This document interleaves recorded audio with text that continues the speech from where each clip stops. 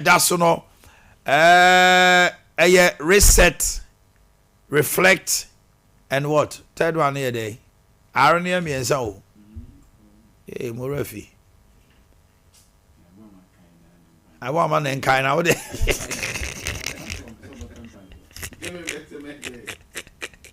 Hey, right here. Go in your papa. I was here for reset, reflect, and then reflect, reset, and renew for national prosperity. Na Cardinal Peter Apia Texan and a lady a Christopher and a Sheikh Nuhu Shaributu and so na and a Amir share of a national day. And they ask me kind of day. Share Imam. Your friend of my neighbor bomb pie. Also, Kremusum ne wahudu. Na Nempai Bono and Wakan Sembi. Come on, Sunni. Share Amadia. Eti Yentia Samoa share a kind. Imam. What to do, but it's not doing it. Our judiciary what to do, but it's not doing it. Our judiciary is in a bad shape because of the manipulation of the political parties.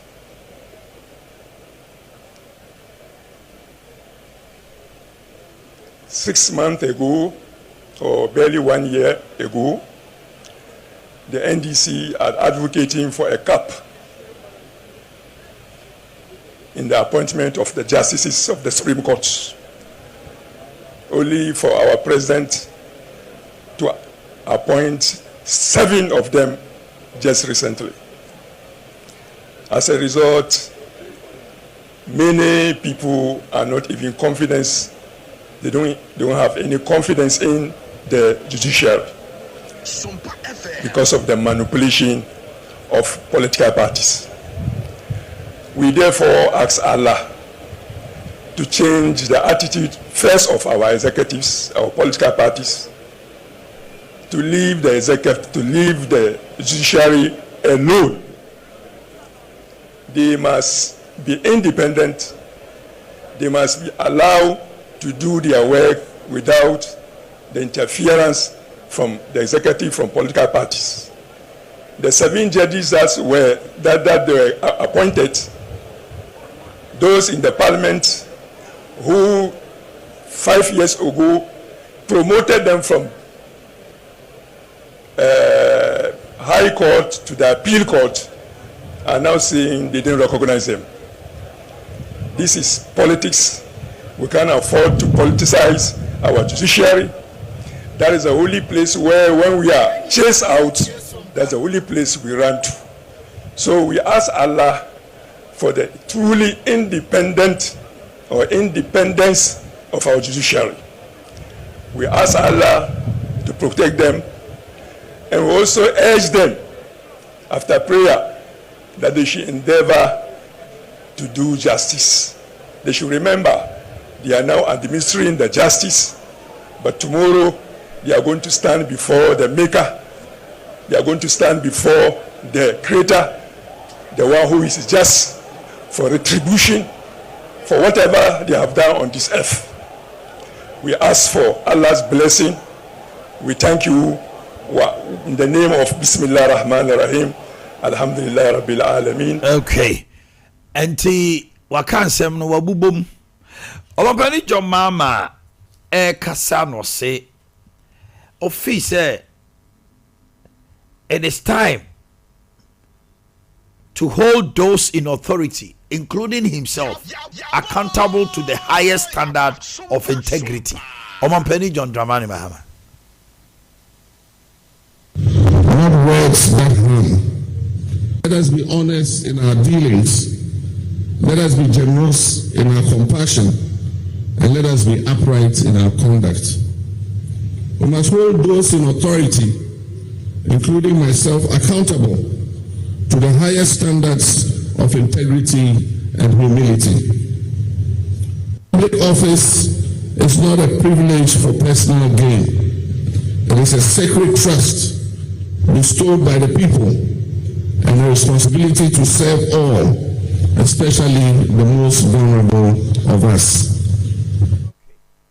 Nenkasa yemu no ka abrofu bi se Ghana fo nyina yemi adwene nko yemi ani na ho. We should be vigilant against the voices of tribalism, religious extremism, and the poison of political hostility. Well, patch they say yentino. Sompa Ghana is richly endowed with resources and natural beauty, and something even more precious, spiritual harmony and religious tolerance. In a world where faith can divide nations, our faith in Ghana unites us.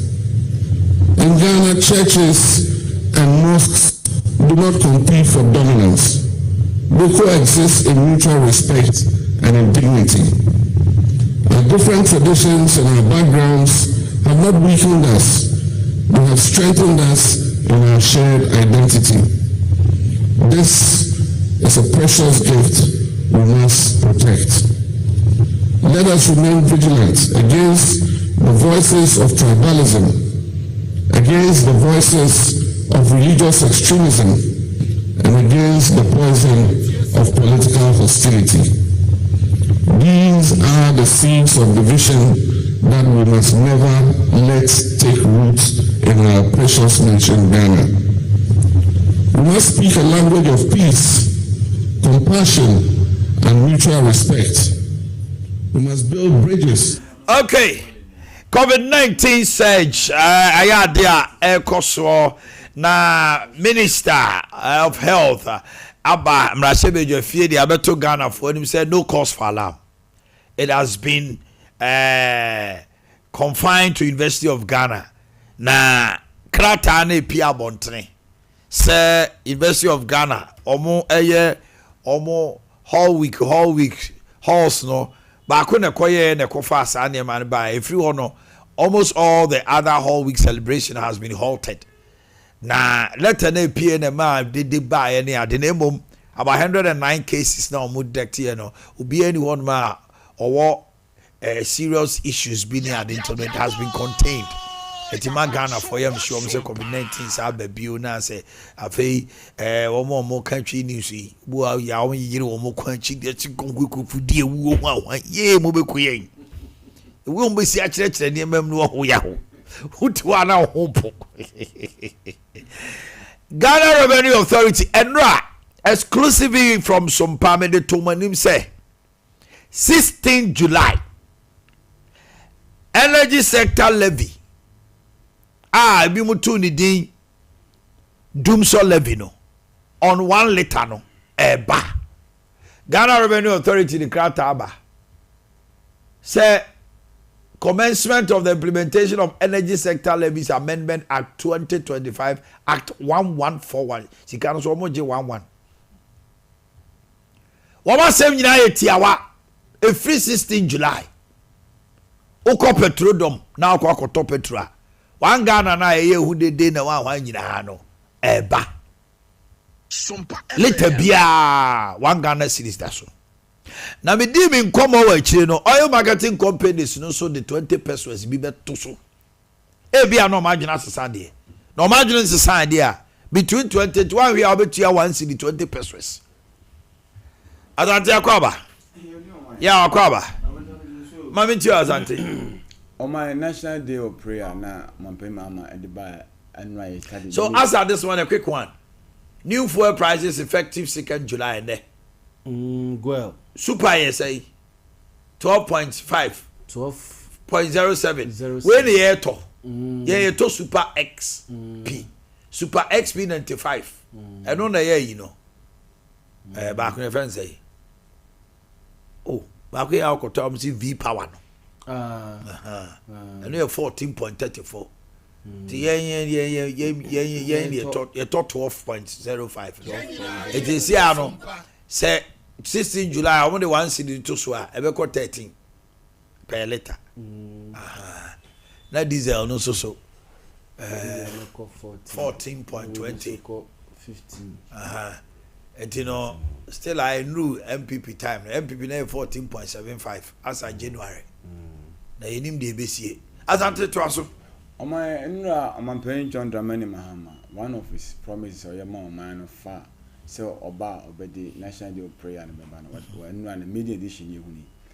Now, me question was an opinion say, on my way no ebe kaho and I say be a bambi suba. Send you Nade. Say by 1st July. And I go for the way you call August 4th. And this for a near my share from Interior Ministry, just August 4th, 9-year holiday bill. And you are buying 2 million any day. About now, National Day of Prayer, and day. Abia say omu nyina agenya medinti Abia beka ho Abia no ma Abia ono so beba na date ne dey say omu pay ni na adoring how ma be ni bebrebe change of names extra affidavit parking and friend Flagstaff House Jubilee House One House ehun ya anti me anu ade ba ko mani je ni say me Ghana me ya me kana Ghana for yo nipa bia nipa ku bia ya odi omo so awomre unya good communication kita udi papa de en o mo de tena udi o because nura manager ni say obia sofo akese bia wo mamu bia was virtually there apart from the course on can other regions obia ye ne de obia de no ho ababa don kuma say ye de wo CCC so it was so nice and he say we your man panyi na odi bibi say ba na o man for adutuma e je say omo mu gidie nokwa enti se koduru ba bi na ase uma o trust na manfo wo mu na efru mu a definitely you cease to be their leader enti no ni verse ni good will awanya bi wo wan hweye na se wa manfo kuto anyi bi e bia na bedrum rebi no oye national whatever people may not mind you afei na aba be say because so si no mo shase no oni o man sa enti no so bo modern enu an kasa o kasa he is demanding accountability including himself no o se we de ose eye oyo e pass Ghana for me say we can trust you can be trusted and only as American no pay ama agidie ni ahofama amanfo de agirem we yedi ni say independence day opia hu say Ghana nyampa ebo enu na na de so wantimi anko bi ya meboa ba ma kase ni statement bi am kan say I'm told say omo de to screen so ma emma ni statement in say was support na ya de pa because I'm say omo de to screen so emma will deliver the message in support of you know the Abia went to me am and doesn't mean so what was other opposition parties in so way they should all take part what you say because munyina ye nyina aginyamidi me say Muslim any Christo ye nyina aginyamidi muze na yenya ya kokubu sana na kasa traditional force so almost per recognition but minim say bia series no e bia be pede bi so e bia almost campaign bono we ha no mo be bia because oh say empire body ah o say say na omo akom ne empire say ne snap ne e beto ne ya we the say traditionalist omo mo de no omo empire boy akom omo yi apaye ti bia e be pe snap just a national day of apaye Thanksgiving, they say on some Thanksgiving for the same day. And Tinanka, woman, one way on the anyway. Next mama, no way, Christo, Nintibia, or not 1%. Only 1 hour, only the Chinko Diaco. I would then was one breast man quiet in snap. No will more one crown money snap. Yow, yow, yeah, mania by yow, say, give me a second, my finest to you from yet. Sasi ya wie ya po akweda that's it ya timi dey tell am believe you know ya we enu ade akufa we nyina ma aye take another dive why sa share no so mpae na oboye o my media me what empire boy dey ya empire boy I appeal na say ade bi ade wakoma so wo sere we ade so onye na unu say we no one month nyankopon se bi nyankopon na bi ebefiri soro ababa be ni wo hu nyankopon na wo nim ya Muhammad ya definitely say oka asem bi kire no me hu say asem papa no nsem oka wotie ko akira enye nsem boni pi the only problem am for be can say bia senko the press conference and that we another 10 all together but what there omampanyi anim say was sre bible and America no say me asante papa le bon payo o say we sre Allah say oma omu nyansa ne nimde no omu ntwe omu hu free the judiciary now the judiciary is in a turmoil. One, there's been so much interference from political parties. Owie no say NDC for catch the Ghana for so ombe couple a Supreme Judiciary Supreme Court omumani pandos only for our president. Now can what ho e de nso abeka ho enti ama ne gidi nipa wo Supreme Court for num kra akofom because according to NDC for so de omo de ekọ owie no say mo amra se bedwafie emfie numa atwamu saa nipa nso ye yi wo mu no mo high court ena mo am promote wo mo ba no court of appeal court of appeal afeye de wo go Supreme Court asa mo nkrofo ya se mo recognize wo mo na nya mo a which means say o kasa che MPs emfie numa atwamu MPs na mo ko je sa nkrofo etu mu e mo ko appeal court obapani jo mama baya politics in team muslim recognize wo mo say omo fata so go Supreme Court it you say papa no wa balance asem no oh yeah the balance was there the balance and make say empire body is an appeal to the authority what's also punch it and but oh my and the way no asem na make can say we MP that you had any maybe the law is not the law me the law is the law no more can oh my nipa na what na be why do you say the law is not the law interpretation wono na dwene but interpretation is part of the law what be gina emra no so bi emra no bia ya bo matena ba bi rule efa se bi wo me kofa e ka me rule ho na e mo amintimi kofa na be fa ode bia o kan e na be ka me de ho so why is the law giving us different dimensions? The law deals with customary law precedence. Precedence is law. Yes, precedence na you twa bi de dey. Yeah, precedence na wo de bia kan me de be ya adwen na mafa ya bo ma de ne me nya adwen na me de ato nchen.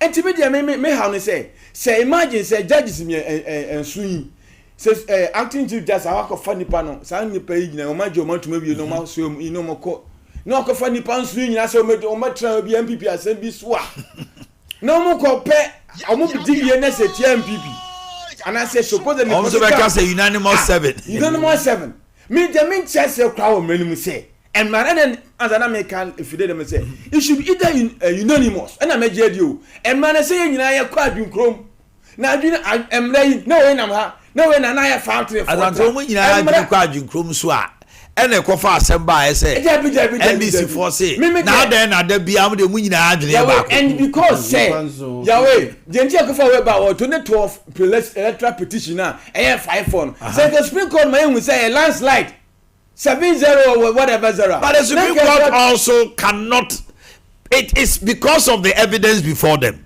and on be jina so aka say e 7-0 and I 5-3 e 4-1 just recently mami Tokonu why petitions mako miensa on the basis of income right yeah miensa ni nyina aye 4-1 4-0 unanimous nyina pie etia no so etia no because we dey tebia me can say eno na papa le ka say ye nyina ka ho we interfere too much enya interference o 4-1 na okay no ba ko no decent here no the other case wa mabiem Omama sa judge no decent here na wan join omama na anye the next case wa bafu boni amaranko free sabda no me hu say opa Henry Mensa bones the decent here cases ni mu bie no ma wa ba mu bie ya say ade ba ko ne say ya cases ni mu bie no ma wa ba mu so I observe and judges too bi so decent ba ko bi omo so mo ma biem ya we wo dey say a fair observation so at the end of the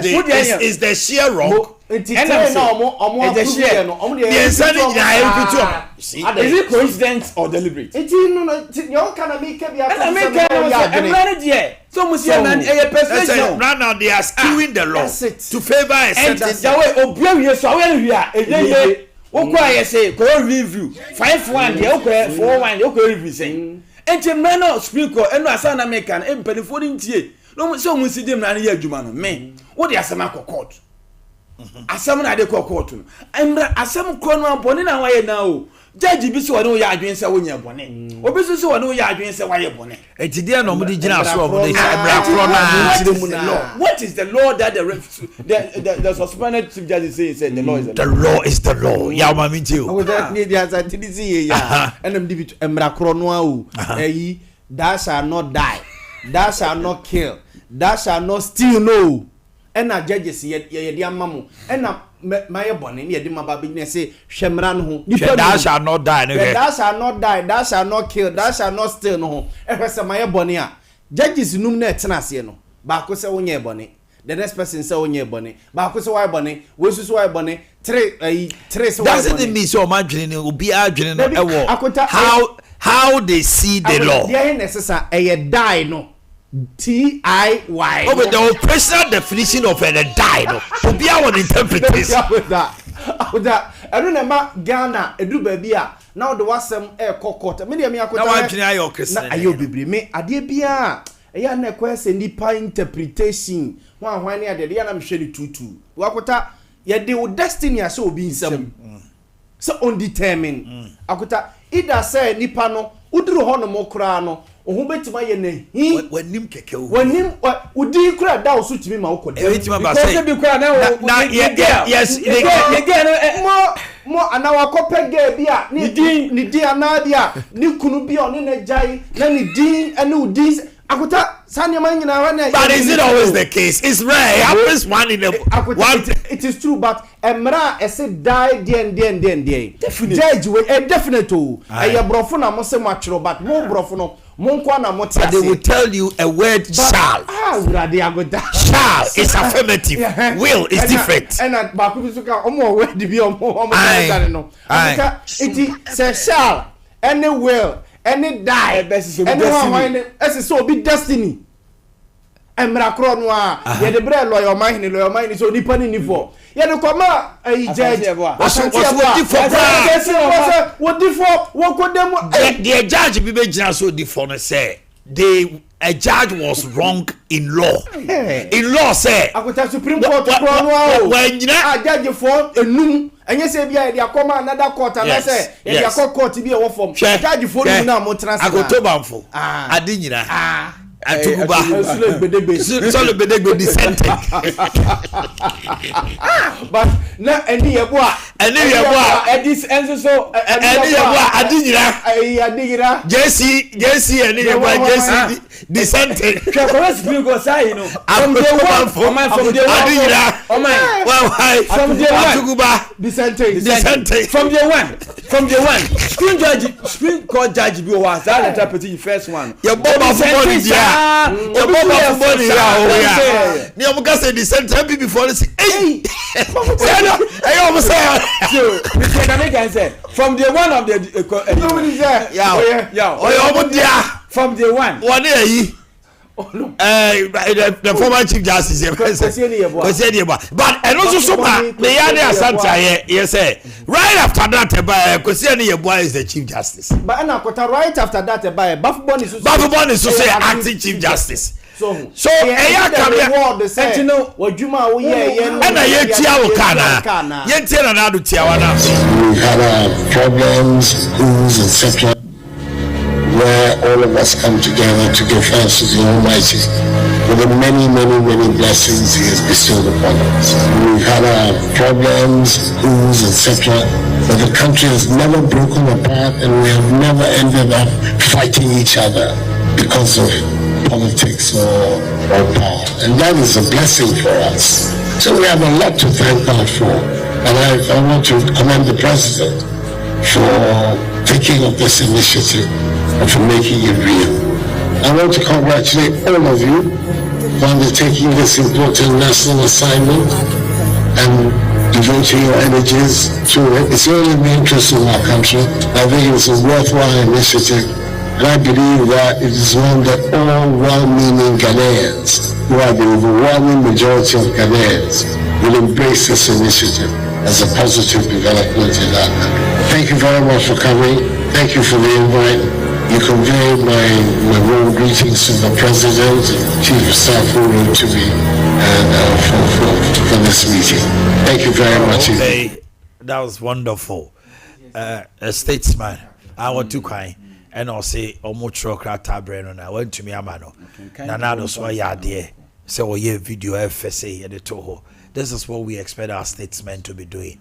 And I think they did it so well.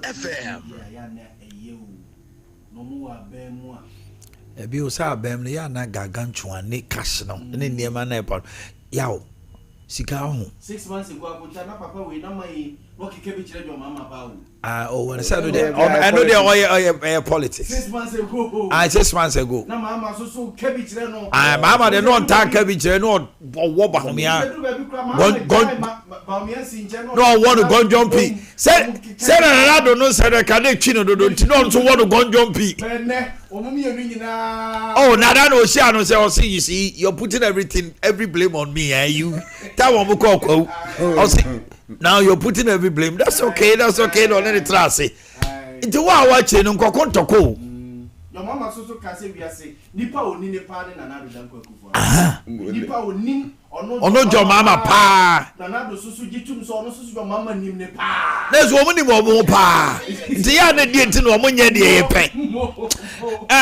Abrante bra be trust ya na wa born Adidas or Chelsea or yes sports. Ni shoe ni mpabwa ya design. Man City na dey asem. Wa Man City. Akuta Man City. Now it Real Madrid so qualify. Almost 1-0. Almost just say 1 bio na ebo. As Dortmund say baby for be na Dortmund. And how many matches? 2. Sir, and number 1. And number 1. And number 1. Dortmund abo. How much? It's how much in the over there. Dortmund say, other one boy. If Mexico for no. America. Montreal there na Montreal. Man City there bentiase. Man you know. Man City will come back. I was your for. It is time for tip off with Orlando and Emba. Stay with us.